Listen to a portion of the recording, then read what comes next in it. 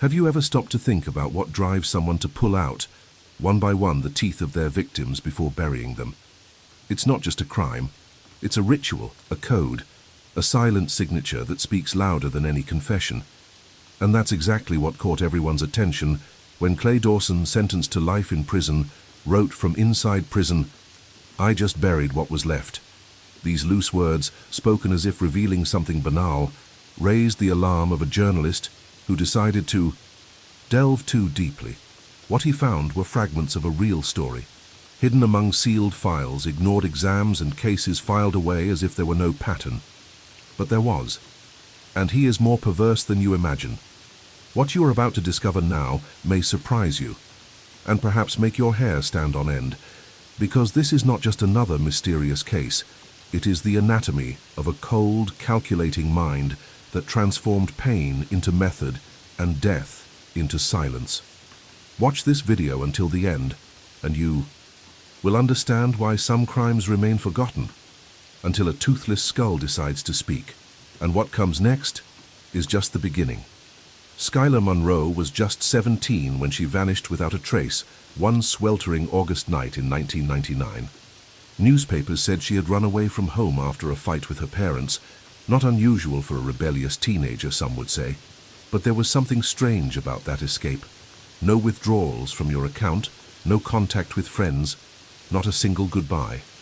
Message. The room was intact, the cell phone turned off. The last person to see her was a gas station attendant who, in a shaky voice, claimed to have seen Skylar getting into a dusty, old grey Dodge Caravan with license plates too dirty to be identified. At the time, police focused their search on the outskirts of Cape Girardeau, Missouri, but found nothing. No clues, no remains, just silence. A silence as deep as the earth where something was buried that night. Years later, a forgotten line in Clay Dawson's diary would reignite this story. The first to bite the light was too sweet. The eyes begged for mercy, but the teeth wanted to scream. The date, written on the page, exactly 3 days after Skylar disappeared. The connection seemed tenuous, almost accidental, until the pattern began to emerge, and it wasn't the only one. In June 2003, 4 years after Skylar disappeared, 2 fishermen sailing down the Cumberland River came across something that would make them abandon their boat before they could even haul in their nets. A black plastic bag, partially torn, floated adrift among submerged branches. Inside were dozens of loose human teeth, still with traces of roots and stains that, according to the coroner, suggested extractions made with high-pressure, brutal instruments. There were no bones, there was no flesh, just teeth, as if someone had removed the only part of the body capable of preserving identity without the need for a face. Experts tried to extract DNA from the dental pulp, but time and water had erased any trace. The case was closed as vandalism, and the teeth were stored in a state warehouse where no one looked at them again.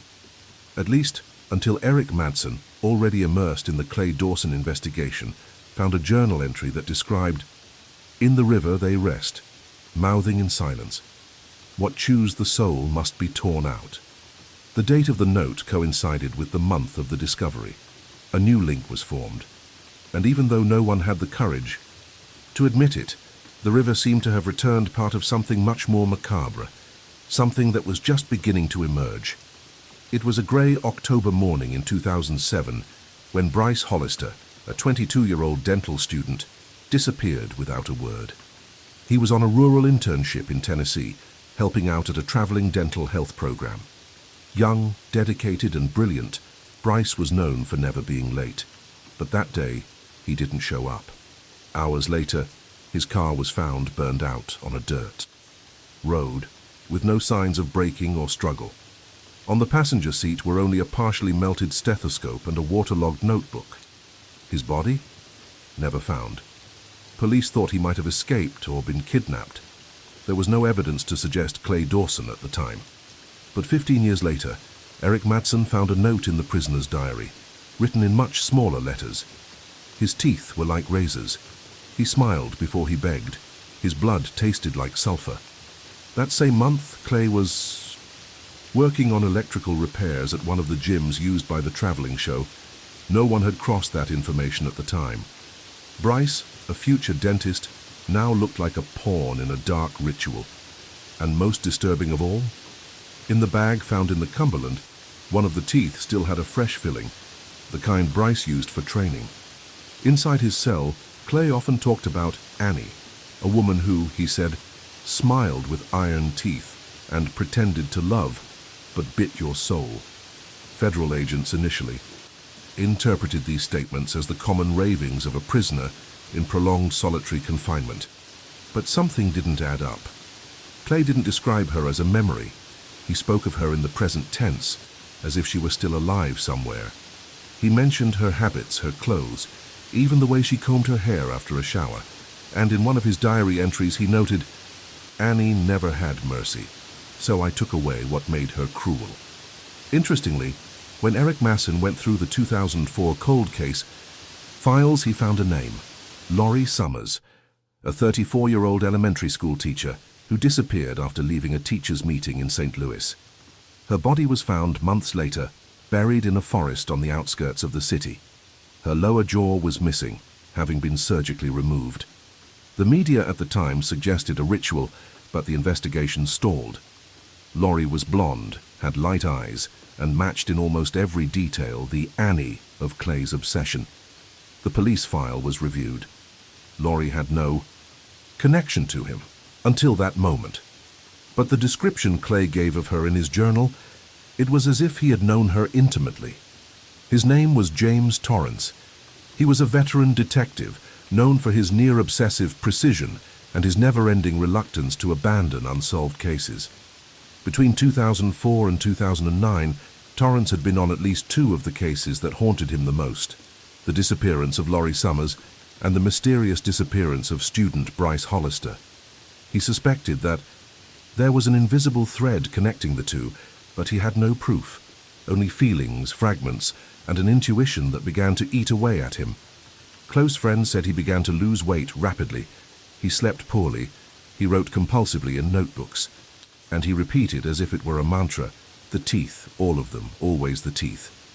In November 2010, Torrance was found dead in the basement of his own home. The police ruled it a suicide. A gunshot to the head, a gun in his hand, no signs of a struggle. But his widow disputed this. He had been calm that week. He said he had found something big, something that would prove everything. In the basement, among old boxes, Eric discovered a panel with wires connecting faces, dates and places, and in the center in red letters the name CD, Clay Dawson.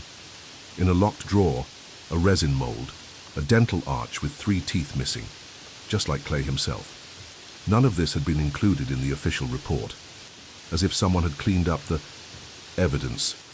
Or worse, as if someone had made a point of keeping Clay in the shadows. And there, in that basement, the mystery only grew. At the bottom of one of Clay's diary pages, among the childish scribbles and symbols drawn in blue marker, was something that looked like a map. It showed no cities, roads, or common coordinates, just circular marks, like calluses spread over an invisible body. Next to it was a sentence: "The earth feels where pain has touched. The bone rests where no one." Diggs. Eric Masson, already immersed in the data maelstrom, printed out that drawing and superimposed it on a real map of the American Midwest. The result was disturbing. 5 of the circles coincided with areas where Clay had worked as a contract electrician between 1999 and 2008. Eric quietly visited the first location, an abandoned property in southern Illinois that had once been a mechanic's shop.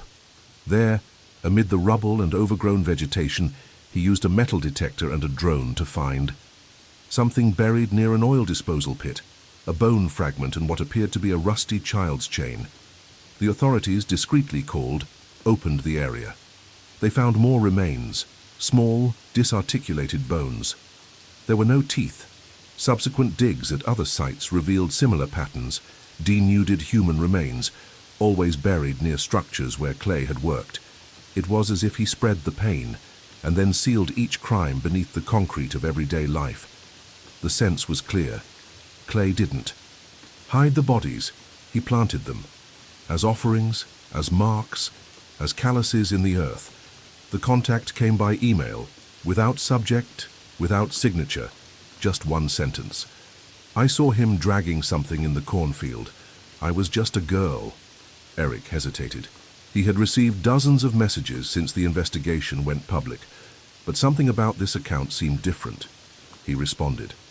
Hours later, he received coordinates and a name. Marla Kingsley, 32, now a nurse, lives in a small town in Kentucky. As a child, she lived with her grandparents on a remote farm, exactly 12 miles from where Clay Dawson worked for 3 weeks in 2001, repairing a rural power grid. The meeting was scheduled for late afternoon. Marla was tense, her eyes sunken and her hands fidgeting. But she spoke. It was late summer. I was 9 years old. I was playing in the barn when I heard a strange noise, like something heavy being dragged across the ground. I ran to the cornfield. I hid behind the leaves. I saw a big, bald man who smelled of metal and grease, pulling a tarp. There was something inside and it was groaning. She stopped. She took a deep breath. I never told anyone. Eric asked her to describe the car. Without hesitation, Marla drew it. A grey Dodge Caravan, the rear windows painted black. It looked exactly like the car described in Skylar Monroe's disappearance. When shown a series of old photos, Marla pointed out Clay without hesitation. That was the man. She also said she heard a sound she never forgot. It was like someone's teeth were chattering on metal. Fast, faint, then silence. Another buried memory, another echo of a crime that never stopped pulsing. And in that field, the wind seemed to know. For years, no one suspected that something was hidden beneath the hallways of the old Blue Ridge Elementary School in Illinois. The building, closed due to structural hazards, was demolished in 2019. But something was left behind. While excavating for the new foundation, workers found a foot underground metal box, sealed with thick electrical tape. It was heavy, corroded at the edges, and positioned directly beneath the old student drinking fountain. When opened, it revealed something most people would rather never have seen. Inside the box was an incomplete human skull, encased in milky plastic. The jawbone was missing. The teeth, all had been removed with almost surgical precision. Next to the skull was a small broken doll with no eyes. The forensics team indicated that the bones belonged to a girl between the ages of 10 and 12 who'd been dead for at least 15 years. Clay Dawson had been working as an electrical repairman at the school during the summer of 2006 as part of a statewide building improvement program. The child was never named. She was not even listed as missing. To Eric, the pattern was undeniable. It was as if Clay chose places that would disappear. Abandoned buildings, schools that were about to be torn, down vacant lots. He buried bodies where he knew time would do the rest. But the box under the water fountain was different. It hadn't been thrown or buried in a haphazard way. This was a shrine, an altar. Someone had wanted to preserve it, and that someone was always ahead, always one step ahead. The first tape arrived in a manila envelope with no return address, left at the front desk of the newsroom where Eric worked. No note, no context, just a label that read, Echoes. The recording was old, clearly made on magnetic tape, and reproduced muffled sounds, distant but charged with an intimate terror. During the first few minutes, only silence interspersed with the sounds of creaking wood and drops falling, as in a damp basement. Then, voices, faint, almost whispered. One of them was feminine, trembling. The other, masculine, low, contained, cold. The woman asked to leave. She begged. The man's voice, without raising its tone, replied, "Before you take the soul, tear out what bit you." The phrase was repeated like a kind of ritualistic command. In the background, a rhythmic metallic sound. Tools, pliers, or just the echo of agony. The recording was sent for forensics. Result, inconclusive authentication. But the time on the tape coincided with Lori Summers' disappearance. And at minute 17, a flash of image, captured for a few frames at the end of the recording, revealed a male silhouette wearing surgical gloves, manipulating something out of frame. A woman seated, tied up. Eric paused there, zoomed in, digitally cleaned it up and saw it, Clay Dawson, younger, staring straight into the lens for less than 2 seconds. His gaze was blank, guiltless, as if this were all just a procedure, a chore. The tape was handed over to the authorities, but no official statement was made. The silence of the institutions echoed as loudly as the voices coming from that basement. And Eric knew, if this recording existed, it was because someone, maybe someone else, was watching. Everything closely. Maybe they were still recording.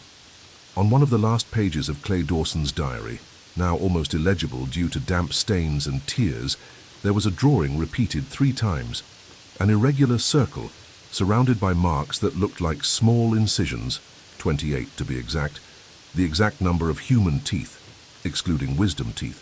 On the side, in smaller letters, "This is the seal of those who no longer chew." Eric took the symbol to an expert in ritual symbology and ancient grimoires. The answer was immediate. The design resembled a diagram used in silencing rituals, where the extraction of teeth was interpreted as removing the ability to offend spirits or to denounce one's tormentors. In some occult traditions, teeth represented power, ancestry, and a connection to life. Removing them in this context was to erase someone's existence from the world's spiritual memory. It wasn't just murder, it was deliberate erasure. But there was something even more disturbing.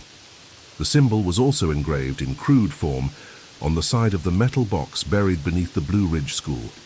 What's more, it was tattooed, in miniature, on the inside of Clay's left wrist, almost like a poorly made scar. When Eric asked him about it during their last visit, the inmate just smiled and replied, "They whispered this to me when I was a child, said I should mark where silence lives." The silence at that moment no longer seemed just psychological. It was a presence, an entity, perhaps greater than Clay himself, something that required rituals, something that called for teeth, and maybe something that was still active. Because symbols like this, according to the expert, are only drawn when a ritual needs to be repeated. And Clay wasn't the only one with access to it. It was an anonymous complaint typed in capital letters and sent via an encrypted form on the broadcaster's website. The message was straightforward. Look for the woods behind Old Route 72. The first. One is there. The teeth have been delivered. Eric handed over the contents to the experts and followed the excavation in silence. The site was difficult to access, surrounded by dry trees and unstable soil. There was a clearing there marked by old stones, arranged in a circle, as if someone had delimited an invisible altar. A few meters away, buried in a strangely symmetrical position, a human skull was found. It was face down, wrapped in pieces of cloth and a broken mask, as if someone was trying to hide their identity even after death. But what caught the coroner's attention the most was the oral cavity, completely empty. Each tooth had been removed with extreme care. The internal marks suggested the use of a precision instrument, far beyond an improvised extraction. By comparing dental records, confirmation. The skull belonged to Skylar Monroe, the teenager who disappeared in 1999. The police, pressured by the press, confirmed the identity at a press conference. But something deep inside the skull diverted the expert's attention. A set of circular scratches, almost as if something had scraped inside, trying to get out. The hypothesis? Post-mortem manipulation. That same day, Clay was informed inside the prison. He simply smiled, touched his chin with his fingers and said, "They took a while, I just buried what was left." And then came the final revelation. Deep in his cell, hidden inside a hollowed-out Bible, the officers found 3 teeth, a molar, a canine, and an incisor, all human, all recently extracted. Clay didn't bury victims, he preserved fragments. And now the question that had everyone in silence: whose last teeth were these? On Eric's last visit to the maximum security penitentiary in Florence, Clay Dawson didn't seem the same.